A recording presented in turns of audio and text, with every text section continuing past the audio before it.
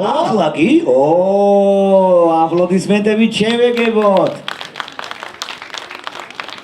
ჩვენი ულამაზესი ბავშვები, მე კი მოგილოცეთ, ერთმანეთს კი მიულოცეთ რამდენი ახალი წელი, მაგრამ თვითონ ბავშვები მოგილოცავენ ახალ წელს და სიმღერის სახელწოდებაც ეს გახლავთ.